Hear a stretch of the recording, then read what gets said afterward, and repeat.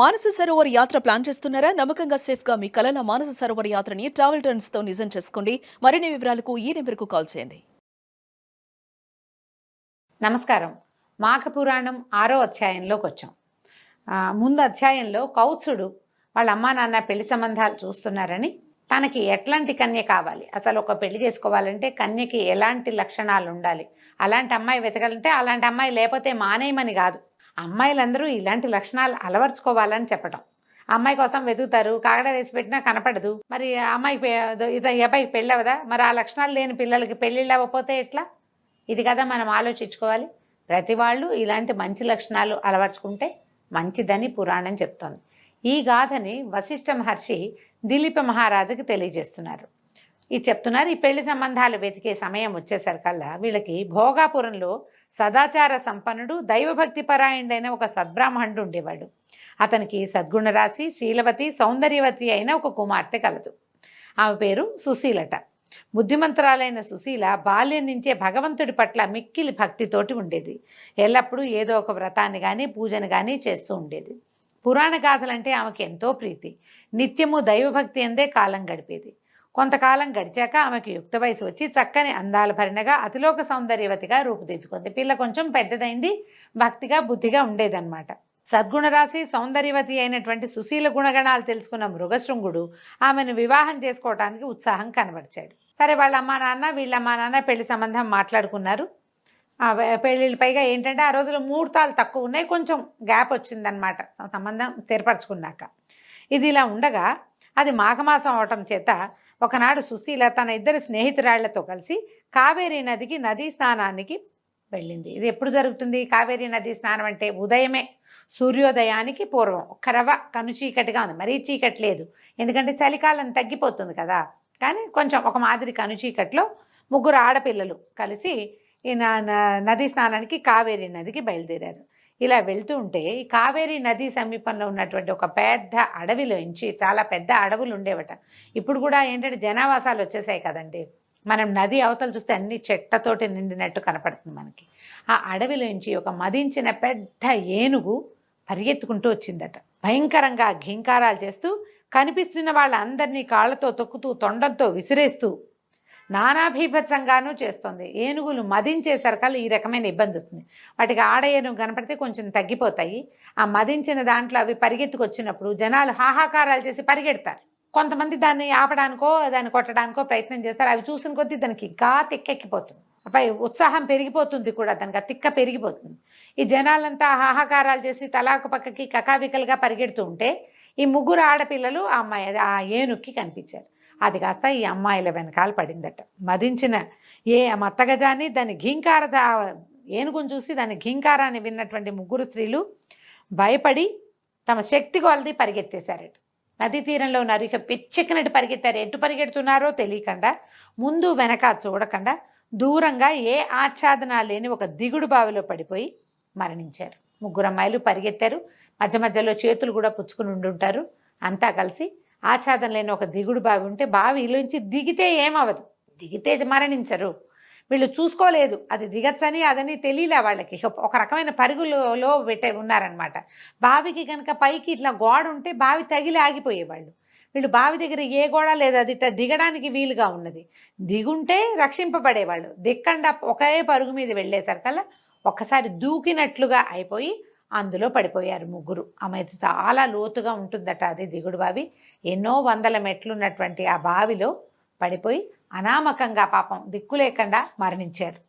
ఎప్పుడైతే ఈ ఏనుగు ఇట్లా పరిగెత్తుకొచ్చింది, కావేరీ నదీ తీరంలో ఉన్నటువంటి ప్రజలంతా కకావికలుగా పరిగెడుతున్నారని తెలుసుకుని రాజభటులు, రాజుగారి తాలూకు సంబంధించిన కొంచెం రాజప్రతినిధులు, ఆ ప్రాంతాన్ని పాలించేటువంటి చిన్న చిన్న నాయకులు అందరూ పరుగునొచ్చారు. రాజుగారి శాలలోంచి ఒక ఆడ ఏనుగుని తీసుకొచ్చి ఈ మొగ ఏనుగు ఆ మదించి కనపడ్డ వాళ్ళందరి వెనకాల పడుతున్న ఏనుగుకి, ఆ ఏనుగు ఇంకో ఏనుగు, మరి ఆడ ఏనుగుని చూపించారు, ఇంకొక పెద్ద ఏనుగుని చూపించారు. దాన్ని చూపించేసరికల్లా ఇది తగ్గిపోయిందనమాట. తగ్గిపోయిన ఆ ఏనుగుని బంధించి ఎవరెవరికి దెబ్బలు తగిలినాయో ఈ సంరక్షణ అంతా చేయటం మొదలుపెట్టారు. క్రైసిస్ మేనేజ్మెంట్ చేస్తారు కదా, మరి ఎవరెవరికి దెబ్బలు తగిలిన వాళ్ళు, కొంతమంది పడిపోయిన వాళ్ళు అది బురదలోకి తొక్కేసింది, కొంతమందిని తొండంతో విసిరేసింది. కొంతమంది వాళ్లే పరిగెడుతూ ఏదో పక్కకి విడిపోయి కాళ్ళు చేతులు విరక్కొట్టేసుకున్న వాళ్ళు ఉన్నారు. నానా గందరగోళంగా తయారైంది నదీ తీరం అంతా. పొద్దున్నే కదా అందరూ మాఘ స్నానాలకు వచ్చిన వాళ్ళు చాలామంది ఉన్నారు. భక్తులు, తపస్సులు, యోగులు, మునులతో పాటుగా సామాన్య ప్రజానీకం కూడా చాలా ఉన్నది. ఈ మొత్తం అదంతా ప్రోగ్రాం అంతా సెట్ అయ్యి చూసేసరికల్లా ఇంకా చుట్టుపక్కల వెతికితే ఎవరో చెప్పారు, 3 అమ్మాయిల దిగుడు బాబు వైపు పరిగెత్తారు అని. ఈ లోపల ఎవరెవరి సంతానము, పిల్లలో, ఇంట్లో ఉన్న వాళ్ళు, పెద్దవాళ్ళు నది తీరానికి వచ్చారో వాళ్ళంతా వెతుక్కుంటూ వచ్చారు. ఈ వెతుకుంటున్న వాళ్ళకి దిగుడు బావిలో పడిపోయి ఉన్నటువంటి ఆ 3 ఆడపిల్లల శరీరాలు కనిపించాయి. ఈ పైకి తెలిసేసరికి ఆ సంగతి తెలిసి వాళ్ళ తల్లిదండ్రులు బావి వద్దకు వచ్చి మృతదేహాలని పైకి తీసి దిక్కులు పిక్కటెళ్ళేలాగా ఏడటం మొదలుపెట్టారు, అయ్యో అని. మృగశృంగుడికి కూడా ఈ వార్త తెలిసింది. పరుగున వచ్చాడు. మరి పెళ్లి కుదుర్చుకున్నారు. అందులో ఒక అమ్మాయి ఇతని కాబోయే భార్య. ఈ రోధిస్తున్న వాళ్ళ బంధువులు చూసి చలించిపోయాడు. ఎంత దుఃఖం వచ్చిందో అతనికి. ఆ విషాదమైన దృశ్యం చూసి చాలా హృదయం కలిచేసింది. ఎందుకు ఇట్లా జరిగింది, ఎలాగైనా వీళ్ళని బతికించాలని నిర్ణయించుకొని వాళ్ళ తల్లిదండ్రులతోటి ఏం చెప్పాడంటే, ఈ మృతదేహాల్ని ఖననం కానీ దహనం కానీ చేయదు. వీళ్ళు కన్యకలే, 3 వివాహం కాని వాళ్ళు. ఖననమే చేస్తారు, ఏమీ చేయదు, మృతదేహాల్ని భద్రపరచండి అని చెప్పాడు. ఆయన ఎట్లాగైనా అంటే ఇంతకుముందు కొంతకాలం తపస్సు చేసి భగవంతుడిని ప్రత్యక్షం చేసుకున్న అనుభవం ఉంది కాబట్టి భగవత్ ప్రార్థన చేసి ఈ 3 అనామకంగా అన్యాయంగా ఒట్టి పుణ్యానికి దిక్కుమాలిపోయి మరణించిన ఈ 3 కన్యకల్ని బతికించాలని నిర్ణయం తీసుకుని తపస్సు చేయడానికి పూనుకున్నాడు ఇతను. అక్కడి నుంచి ఏం చేశాడు, ఏమి చెయ్యొద్దు, ఖననం చేయొద్దు అని చెప్పి తను కావేరీ నదిలోకి నదిలో దిగి ధ్యానం చేయటం మొదలుపెట్టాడు. ఇంతలో ఆ ఏనుగు కాస్త లొంగి వాళ్ళతో పాటు వెళ్తున్నట్టుగా ఉన్నది. మళ్ళీ పిచ్చి పట్టినట్టుగా పిచ్చిగా భీకరంగా ఘీంకారం చేసుకుంటూ ఈ నీళ్లలో తపస్సు చేసినటువంటి మృగశృంగుడి దగ్గర నీటిలోకి పరిగెత్తుకుంటూ వచ్చిందనమాట. ఈయన నీళ్లలో కూర్చున్నాడు, నీటి అడుగును కూర్చుని తపస్సు చేసుకుంటున్నాడు, ధ్యానం చేస్తున్నాడు. ఆ ఏనుగు తనని పట్టుకున్న తాళ్ళని మనుషుల్ని విదిలించేసి ఒక పెద్ద పెట్టుని పిచ్చెత్తిన దానిలాగా నీళ్లలోకి కావేరీ నదిలోకి పరిగెత్తుకుంటూ వచ్చింది. ఆ రావడం లోపల తపస్సు చేస్తున్నటువంటి మృగశృంగుడి దగ్గరకు వచ్చింది. మృగశృంగుడు చెలించలేదు, భయపడలేదు. తదేక ధ్యానంతో ధ్యానమే చేస్తూ ఉండిపోయాడు. ఈ ఏనుగు ఏమనుకుందో ఏం చేసింది, ఆ తన తొండంతో ఈ మృగశృంగుడిని పైకి లేపి తన వీపు మీద కూర్చోబెట్టుకుంది. ఏనుగులు చేస్తాయి కదా, కిందున్న తీసి తన మూపు మీద పెట్టుకుంటాయి. ఎప్పుడైతే ఈ పైకి పెట్టుకుందో ఈయన ఏమనుకున్నాడంటే, భయపడలా, ఇదంతా శుభసూచకమే, మన మంచికేనని ఆయన ఇట్లా నీళ్ళలోంచి చూస్తున్నాడు కదా, ఈ చేతుల్లోంచి ఇట్లా నీళ్లు తీసుకున్న నీళ్ళని మంత్రించి ఏనుగు కుంభస్థలం మీద చల్లాడట. ఎప్పుడైతే చల్లి అక్కడి నుంచి ఏం చేశాడు, 2 చేతులతో ఆ ధ్యానం కళ్ళు మూసుకునే ఉన్నాడు. ఆ ఏనుగు శరీరం అంతా చేతికి అందినంత మేర నిమిరాడు. మంత్రం పునశ్చరణ చేస్తూనే ధ్యాన మంత్రం, నారాయణ మంత్రం చేస్తున్నాడు. ఆయన ఏ మంత్రం చేస్తున్నాడో మనకు పురాణంలో చెప్పబడదు, కానీ తన అనుష్ఠానంలోనే మంత్ర జపం చేసుకుంటూనే ఈ ఏనుగుని ఒళ్ళంతా నిమిరేసరికల్ అంతే ఒక్కసారి ఆ ఏనుగట ఒక అత్యద్భుతమైన దేవతగా మారిపోయిందట. ఓ సద్బ్రాహ్మణ కుమార, నీ వల్ల నాకు శాప విమోచనం కలిగింది, ధన్యురాలిని అని మృగశృంగుడికి నమస్కారం చేసింది. ఎవరు ఏమిటి అని ప్రశ్నించేసరికల్లా నేను ఒక గంధర్వాంగనని, శాపవశాత్తు ఇట్లా ఏనుగుగా మారాను, ఎంతమందినో పొట్టను పెట్టుకున్నాను, కానీ నాకు విముక్తి లభించలేదు. నువ్వు ఎంతో తపస్శాలివి, తపస్సంపన్నుడివి, భగవంతుడిని నేత్రంతో మాంసనేత్రంతో దర్శించినటువంటి నీ వల్ల, నీ స్పర్శ వల్ల, నువ్వు చల్లిన నీటి వల్ల నాకు శాప విమోచనం అయిపోయింది అని పరిపరి విధాలుగా ఈయనకి నమస్కారాలు చేసి ఎన్నో కృతజ్ఞతలు చెప్పుకొని తన లోకానికి వెళ్ళిపోయింది.